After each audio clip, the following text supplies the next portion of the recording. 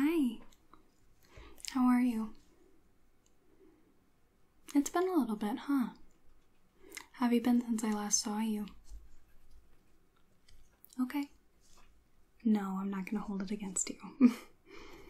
Alright, let me just jot down. Got here.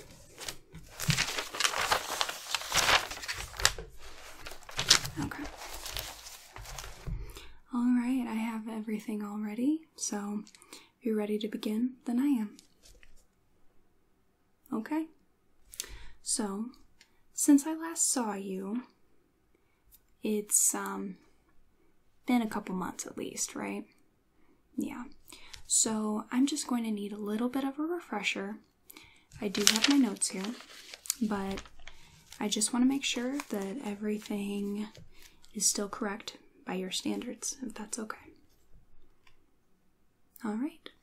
So, how are you referred here? Okay. By your physician? Okay. Would you mind giving me their contact information? Okay. The name?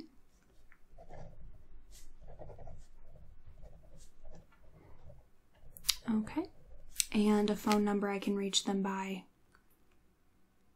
Okay. Do you at least know the office that they work in, the name of the office?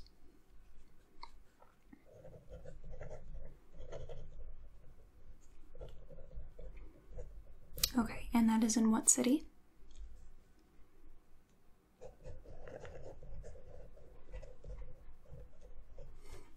Alright, perfect.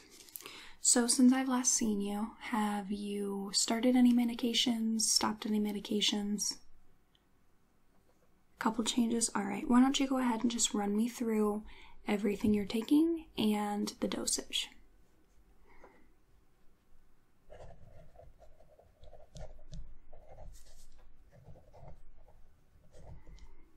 Okay, did your physician put you on that for... Oh, okay, for your anxiety? Alright. Yes, that is a pretty low dose, so I imagine it's just take the edge off. Okay, I do remember that we were trying to talk about not going that route, but you have kind of changed your mind a little bit. Alright, that's fine. So, are they looking then to refer you to a psychiatrist to regulate that? Not that you know of. Okay, well, alright, we won't go further with that then. And what was that other medication you listed?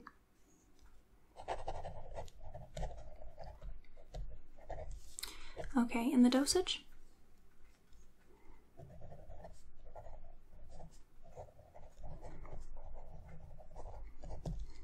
Okay. So, and your physician did all of this, right? Okay. Are you taking any vitamins or any supplements outside of that? Okay, melatonin for sleep. And what dosage do you usually do? Milligram, few milligrams? 5, okay. Alright, so you've been taking it for a while then, huh? Alright, well, I will warn you, the longer you take it, the more you're going to develop tolerance, and there will be a period of time that you won't be able to take it. Because once you get so high, it's not going to work at all anymore. Alright, just some food for thought. Okay, so, what brought you here to my office today? Okay.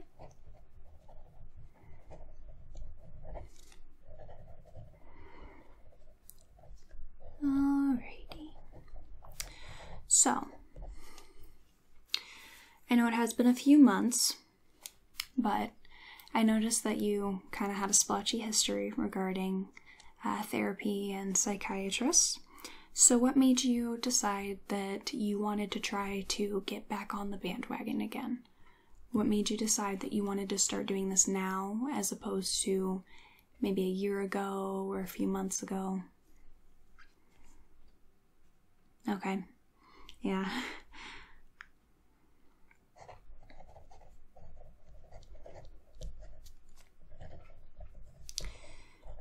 Yes, I know what it's like to get to that point where you really just need to figure out if you could be helped or not, especially since the world of psychology is constantly changing. So, if you went to a psychologist 10 years ago, you would have gotten a lot different, I don't want to say lower quality, but different treatment as opposed to nowadays where there is a lot more specialties. There's a lot more research. There is a lot more emphasis placed on the importance of mental health. Right, so actually now's the best time to do it, is when all this is coming in and we're finally listening to people, especially with the influx of the new generations, and we're seeing more and more people come into our offices. So now's the best time to do it while everybody is, starting to jump on, the whole, this isn't just a phase, this is an actual problem. Alrighty, let me just regroup. Okay, so when I was talking to you last, your mental state was greatly affecting your life. Is that currently true? Okay, it still is. Alright, will you just remind me on how it is now affecting your life?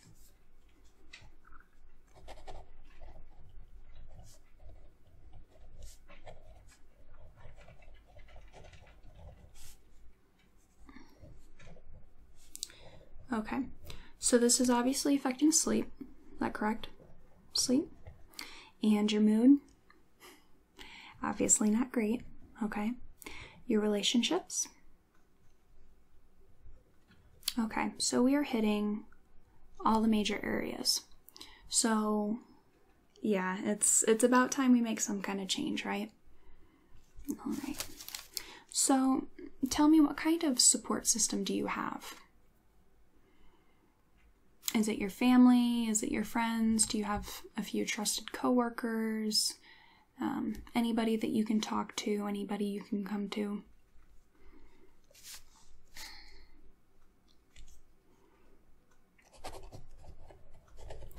Okay, a couple friends. And possibly coworker? Okay. Alright, I'll go ahead and write that in, because you never know, you can always be quite surprised by how people will react to certain situations. So it may be that this person that you're kind of lukewarm on would actually be a very good person to talk to given the chance. So, alright, quick little perfunctory question. Do you feel safe at your home or at your work? Meaning, is there anything unsafe going on, illegal, anything that concerns you? Okay. Alright, perfect. Alright, so I find that usually it's best to kind of start at the beginning of everything. Many people like to go in a chronological order of their life when we're going through everything and trying to figure out where exactly things went wrong. Usually we can tell as we're sifting through, things that people haven't thought about for a long time can finally start to click. For example, maybe you weren't exactly the most energetic kid, and as you're thinking back, you realize that you weren't really as happy as you may have previously thought, and that it ended up carrying over to other parts of your life and just kind of grew with you. So, as we kind of peel back all the layers of your life, basically, many people do find it easier that we start at the beginning and then go to, how did we get here? If you're going back, then you can start to pinpoint where exactly these things started happening. And sometimes that can also help for how we treat things, a lot of little idiosyncrasies and little, not necessarily phobias, but worries and concerns, certain problems that we have originate in different parts of our life. For example, whether it's a traumatic event or in your childhood or your adolescence, anything like that. And that can also help us determine, how deep-rooted that problem is. So something that's been with you since childhood is going to be a lot more difficult than something that's bothering you as of late. Okay?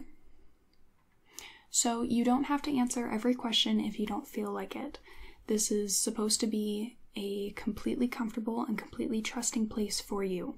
So if you don't feel comfortable with any of my questions, just please let me know, and I will jot that down. It doesn't mean that we can't come back to it, but that just means that we're not going to touch it right now. Okay? It would be irresponsible of me to push it, and most likely counterintuitive as well. Okay? So again, let me know at any point if you're uncomfortable or don't feel like discussing a certain topic, okay? Alright, so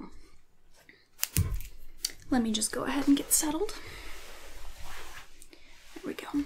Alright, so we're going to start at the beginning. So, first I'd like to ask, to the best of your knowledge, were there any kind of complications with your mother's pregnancy or with any issues, diseases, injuries that occurred up to, let's say, the age of 5? Okay.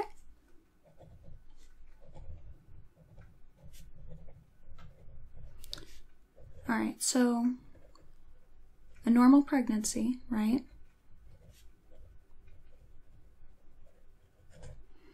Okay, so nothing major. Alright, do you remember if your parents had said you were reaching all your milestones, like speaking at the right time, starting to walk at the right time, holding your head up, things like that? They didn't discuss that with you? Okay. Well, that's not really important. I mean, sometimes it helps. It's kind of a little late in the game, but many people do have those kind of symptoms when they're diagnosed with autism or something on the autism spectrum, different diseases like that. But you can be diagnosed with anything at any age. So many illnesses mimic others, and a lot of people don't get help for certain things that they do have, so it's never diagnosed until a later date. I've had a patient that was in his 40s and was diagnosed with ADHD, which is something that usually you are aware of in childhood and adolescence. So things can pop up at any age. The human brain is extremely complex, and like any well-oiled machine, sometimes things go wrong. It's nobody's fault. It's just how it is, and that kind of sucks as an answer, but some things don't have a reason at all. They just are. Okay? Alright, so, what was your childhood like? The classic psychology question. Fairly normal? Was it quite traumatic? Any unhappiness or anything you maybe can't even remember, certain ages? Okay. Alright, well, we'll kind of come back to that, and my following questions are going to also help me get an idea.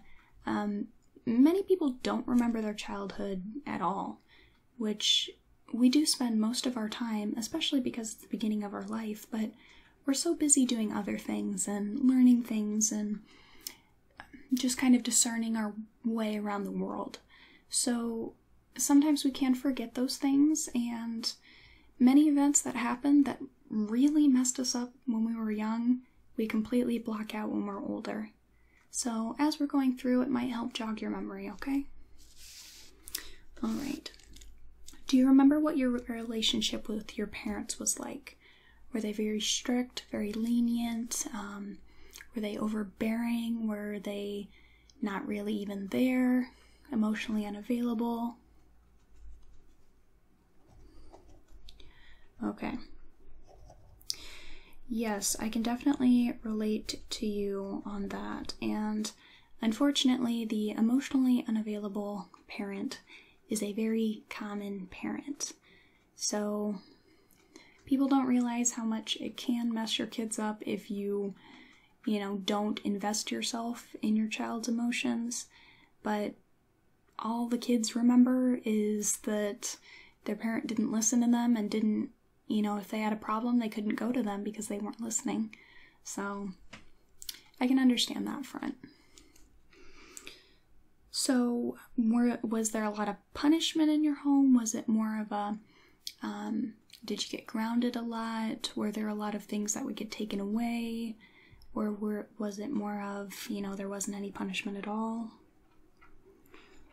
Okay. Yes, grounding is quite common. Not as much anymore, but I suppose in the earlier generations, grounding was very, very common. I remember for about 4 or 5 years of my life, I was never not grounded. And to be honest, I don't even remember what for. It was just more that my parents didn't want me around. Sounds pretty bad, but I wasn't exactly the most sunshiny of a kid. I was fairly bitter, so I can understand you there. Okay, what was your relationship like with your siblings, if you had any? Okay, so kind of normal sibling. Yeah.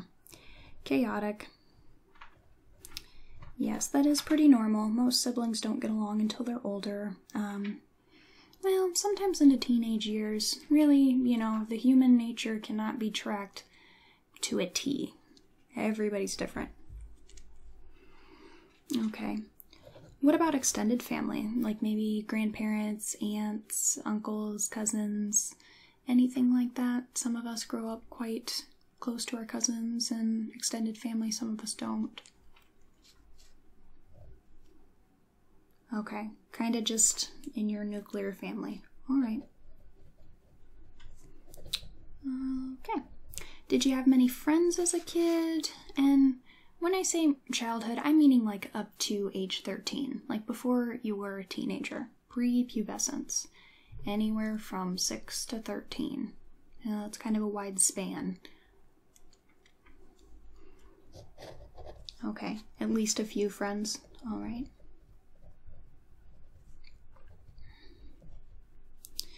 Okay, do you remember what your school was like your grades? Did you do your homework? Were you slacking off? Okay, kind of average. All right. Yeah, most of us go through that period of not doing any homework at all, much to the chagrin of our teachers, right? Okay. Were there any major illnesses or injuries in your childhood? This could even be like breaking certain bones, or my little brother was hit by a car when he was a kid. Another one dislocated his shoulder, things like that. Any major injuries? Okay, couple of broken bones. Okay, but nothing traumatic. All right, and what about any illnesses? Maybe appendicitis or any kind of surgery like oral surgery or tonsillitis or even chicken pox, anything that could have been considered major. Okay, you did have a tonsillectomy? Okay. All right. Yes, that is pretty common. It's funny how certain organs just don't really want to do their job. So, alrighty. That you can remember, any of this that you can remember, did you find that you have any mental issues in your childhood? Looking back, can you recognize anything? Okay, did you have any aggression maybe towards yourself, towards others? Okay, was there any abuse from friends, family, teachers, any kind of adult or friend, verbal, physical, anything like that? Okay. Alright, and I do want to let you know that while we are mandatory reporters for current abuse, since we are speaking about in the past, you don't have to tell me who it was, you don't have to tell me anything about it if you don't want, but I would report abuse that's happening currently. But as we were talking about your history, there's not really much I can do about that, okay? So if you don't feel comfortable talking about it at all, that's fine. But if you do, I'm not going to immediately, call up the police about somebody, okay? Especially if you don't give me their name. Alright, did you have any odd phobias? I know many children are scared of things in their closet or under the bed. Was there anything, I guess, unusual that you were afraid of, or something that was very severe?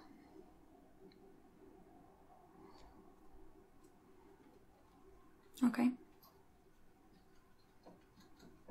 Alright. Yeah, a lot of kids are scared of the dark.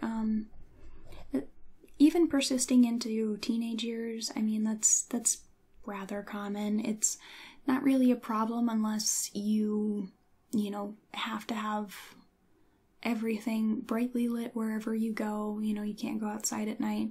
That would be a little excessive, but being scared of the dark, to a point where you would be, pretty fearful, that is pretty normal, with the nightlight and flashlights and all of that. Yeah, been there, done that.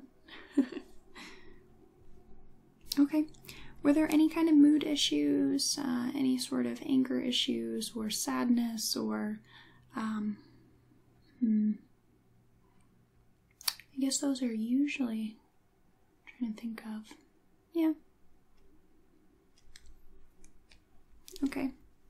Mild sadness, alright. Just more about, well, what exactly was it about? Was it like things that were going on in your school or about your family or just kind of in general? Okay, kind of a low energy. General. Okay, so many people that do experience depression later on do recall that as a child they've just felt kind of wrong. So that is pretty standard. There's nothing wrong with you. It's all been done before. If that makes you feel any better, you're not alone. It's been heard before. It's been done before.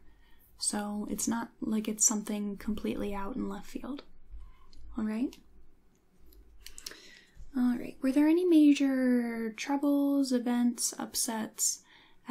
Maybe like a divorce, if your parents got divorced, or any of your family members got divorced. Maybe there was a death in the family, or a major shift. Perhaps someone very close to you moved away.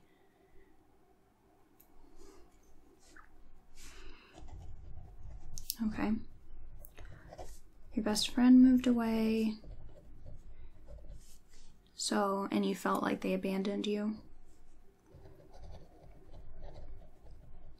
Okay, and that made you more reserved, right? Okay. Okay, so from then on forward, then how did you approach new friends? You kind of stopped making friends? Okay.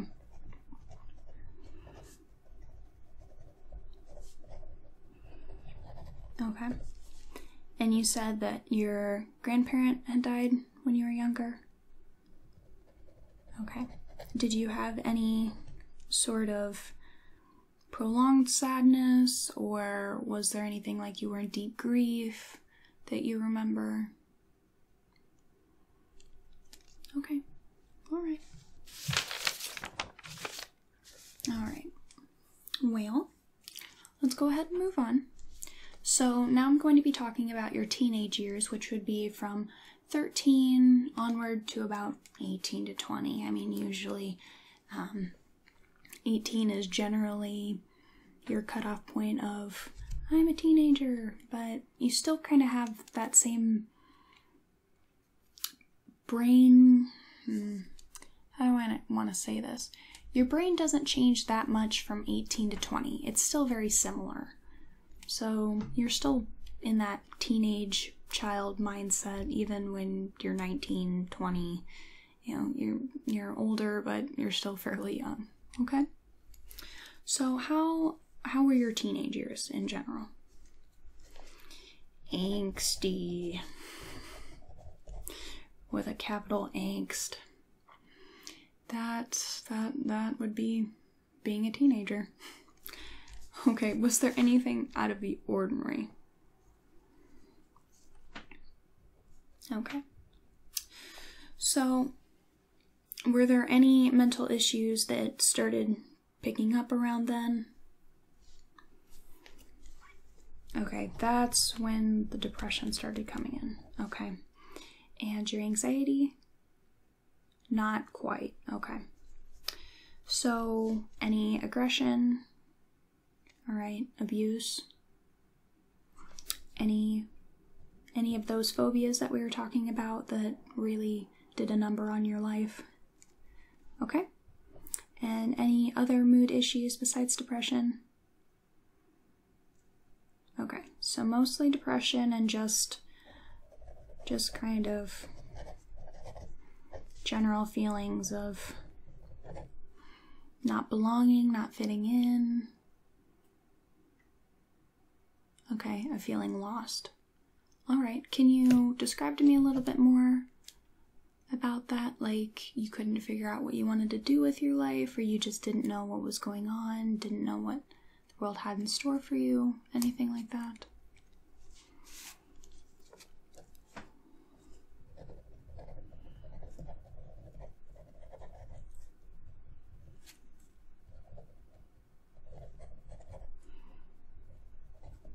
Alright. Okay, I do understand that. I do find it quite odd that we immediately force teenagers to find something what they want to do for the rest of their life right after they get out of high school, when we don't generally let them do anything. So I can understand the feeling lost about what you have to do with the rest of your life. Can you tell me a little bit more about not feeling like your life was on the right path? Does that mean career-wise or situationally, or what exactly were you feeling?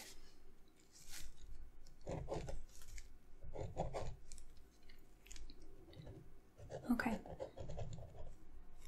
All right. Okay, so were you able to talk to anybody and be supported by anybody in your teenage years? By your parents, by any friends, any of your siblings, teachers even?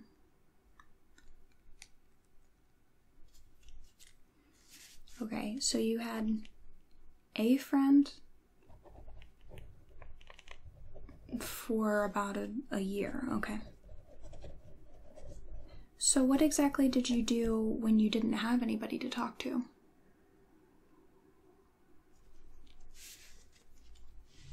Okay. Alright, yes, many people do bottle things up and just kind of, well, not necessarily self-destruct, but get to the point of no return, you know, when it comes to either you can't put up with anything anymore, or you just give up on everything, you know. Many of us, if we feel like we're just yelling in our own, I guess, head, yelling in your own head about everything that's going on, many times we have explosions of emotions, whether it be sadness or anger, or we do something, you know, very risky or self-destructive. We're just trying to figure out what to do because you don't know what to do, right? Okay, that kind of goes along with your feelings that you weren't really on the right path, you weren't sure what to do and didn't know how to figure it out. Okay. Yeah, there's not really a manual on how to live and how to deal with emotions, especially with the ones you're given with hormones. Because hormones make your emotions go absolutely freaking insane. So that's why, you know, your teenage years, that's all punk rock and self-harm, you know, as far as the MySpace stereotype gave for the millennial generation. So yeah, that's normal because of your hormones. They affect your emotions, they make you very moody, they swing your moods back and forth. It's a very odd thing to think about if you think about why your body is doing this to you in the middle of you developing. Why all of a sudden are you developing all these emotions when that has absolutely no evolutionary benefit right in the middle of your development into getting into a mature adult from a child? I'm sure there is a reason, but it really makes you think on why that happens. So, did you engage in any destructive or self-harming behaviors in these times? Any kind of drinking or drugs, any sort of self-harm, or maybe putting yourself in dangerous situations? Okay, well, if you did teenage drinking and drugs, there's nothing I can do about it now. And it's not like you could be arrested and, you know, charged now, unless there was proof, and that doesn't happen a lot. So, you know, if you went to a couple parties and smoked a blunt, whatever, if you went to a lot of parties and did a lot of LSD, whatever, I just want to know, because some drugs affect you very greatly in the development of your brain.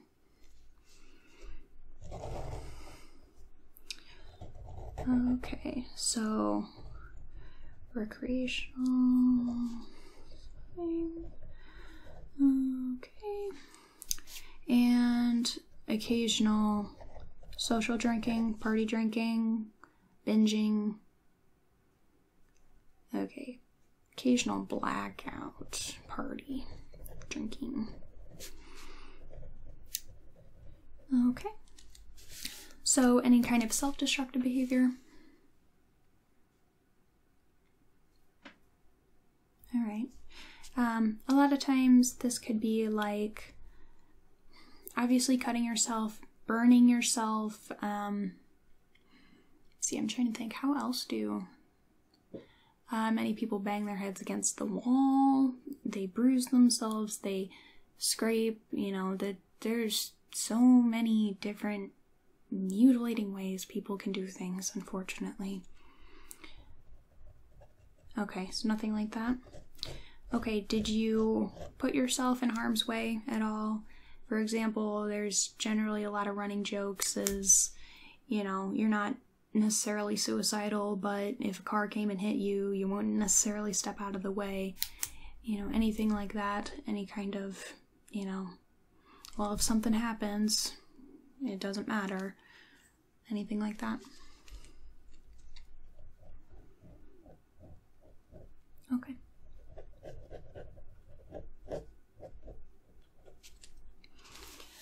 Alright, so when exactly, as you're looking over your life, when exactly do you feel that your mental problems, your mental issues started getting out of hand? Not necessarily the illness in general, just any kind of issue with your mental health. When did it start becoming uncontrollable? Okay, your late teenage years. When exactly did you start developing your anxiety? Approximately what age? 18, 19? Okay, and depression would have been what age? 12 or 13. Okay. Okay. Did you seek any help for these mental conditions at any point, like professional help, like asking your parents to take you to a therapist or seeing a psychologist or psychiatrist, anything like that? Well, the difference between the psychology and the therapy is many times, especially in more, I don't want to say poorer areas, but in areas with a lot of low-income people, they will have a lot of social workers that will do therapy, especially for children. So sometimes that can be part of it, as your therapy was actually with a social worker rather than a psychologist. Okay, so you started the journey about 15. Okay, is that when you started doing all those different medications that we were talking about the first time? Okay, all right.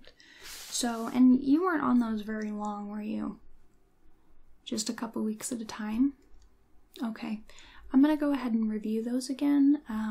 Some of them looked pretty questionable to me, so I'm going to go ahead and make sure that I brush up on that. And there are certain things that can linger a long time or become permanent. For example, I took the drug Haldol when I was 15 for a few weeks, and I was at such a high dose that when I ended up being admitted into the hospital, they had said that it could have seriously harmed me or killed me, and I had I don't want to say permanent, but it lasted for several years, a chronic tremor. So even still, I have little issues with that, but a lot of times it would be more like this, you know, our little twitches. So there are certain things that can come with taking certain medications, especially ones that are a lot older or a lot less safe. Okay, so everything that you've been talking about, your general sense of anxiety, your general sense of dread and depression and everything like that, do you think it's been situational? Like you kind of go back and forth between, you know, being depressed about maybe your job and then it gets a little better, so then you're good for a while and then you become depressed about something else? Or has it been all one big ribbon of along your life? Okay, a little of both, just depending on what. Okay. Okay, so we're kind of coming to the close. So I'm going to ask you kind of an odd question that you may not have any idea right now. What are your goals that you wish to work towards in these sessions with me? This could be like better coping skills, or discussing and finding out solutions for certain things, like I guess that would kind of go along with your coping mechanisms, but more getting things off your chest and then finding solutions to help keep it from doing that. Or maybe anxiety management, depression management, anything of that sort. Okay, well, when you come back next, we'll go ahead and work on that a little deeper. It's not necessarily a concrete thing, but as we go forward, we're going to try to work on these different things, okay? All right. What can I do to ease your mind right now?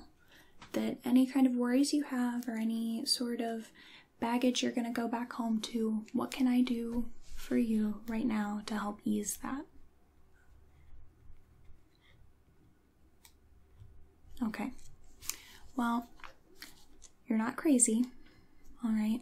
And nobody is crazy for having issues with their head.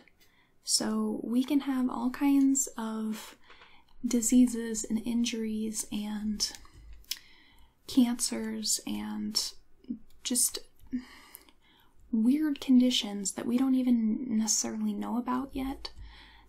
Why wouldn't it happen to your brain, your mental state? So, you can have a cancer on your brain, or like a lot of depression and anxiety and different mood disorders and different like anger problems, things like that. It's a cancer inside your brain. Not like on your brain, but inside. It's inside your mind. And it's constantly spreading and constantly eating any sort of hope that you have, for a lot of people who go with this unchecked. So I don't want you to feel like you are the only person that has any kind of issue with this, because that's simply not true. Mental illness has been around since the dawn of time, since the dawn of our species.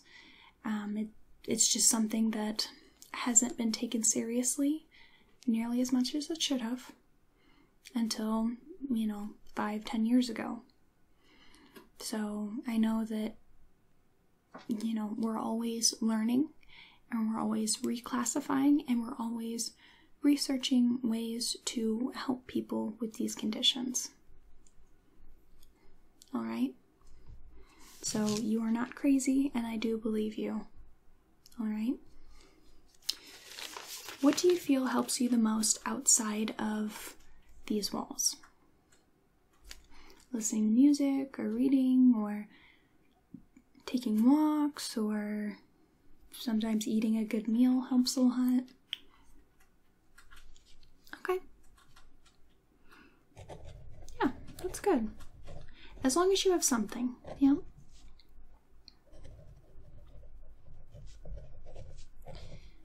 Okay, so my recommendations for you currently, until the next time I see you, I want you to start building and fortifying your support system. So, like your coworker that you were mentioning, I want you to maybe try to reach out to them and start to build up that kind of rapport with them. Or not necessarily try to make new friends, but if you could maybe explore the world you already are in, maybe that it's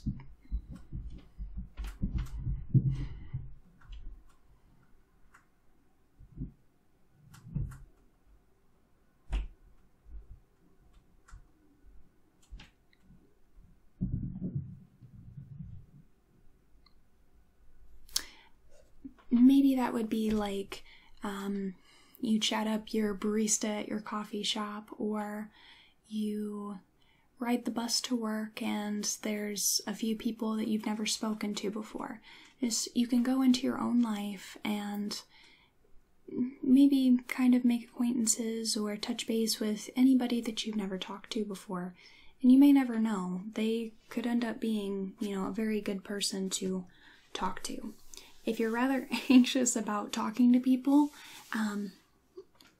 then you don't have to worry about that so much in real life. Perhaps if you were on a social media account or something like that, like Twitter or Facebook, you could talk to somebody on there that you don't necessarily see in real life, okay? I want you to reach out and try to make some kind of rapport, even if it's just very basic, with at least one person the next time I see you, okay? And I want you to find some kind of distraction for yourself that you can go to whenever you are starting to feel very overwhelmed.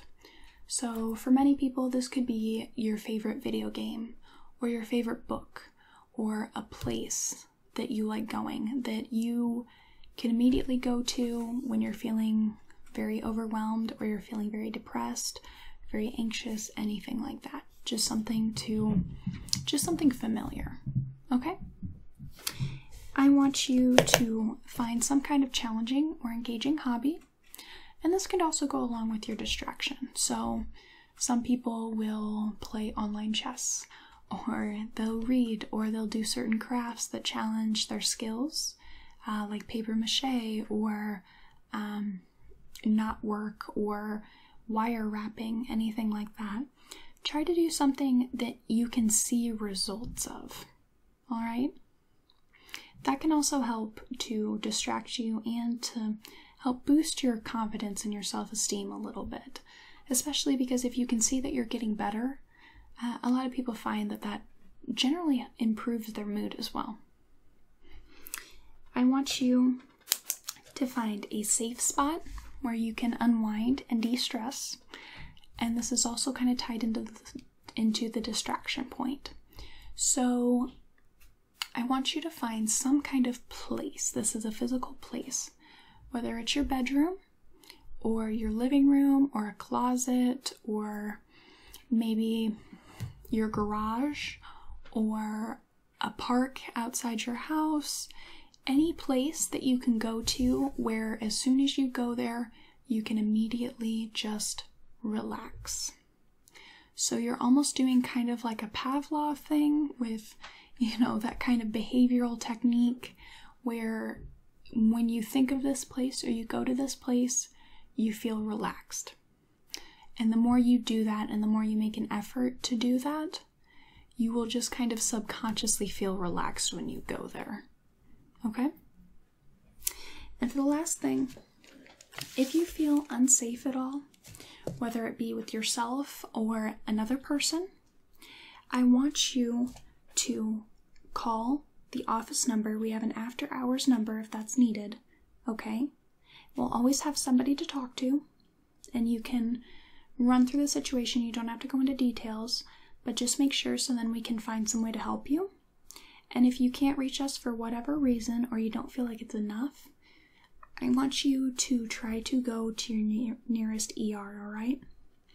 Many of those people are trained in dealing with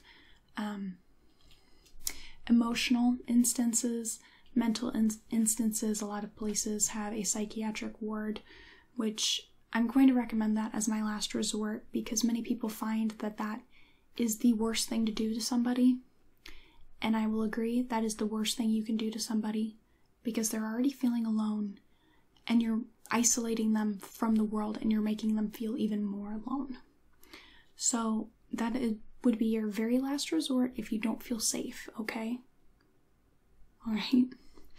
Do you have any questions for me?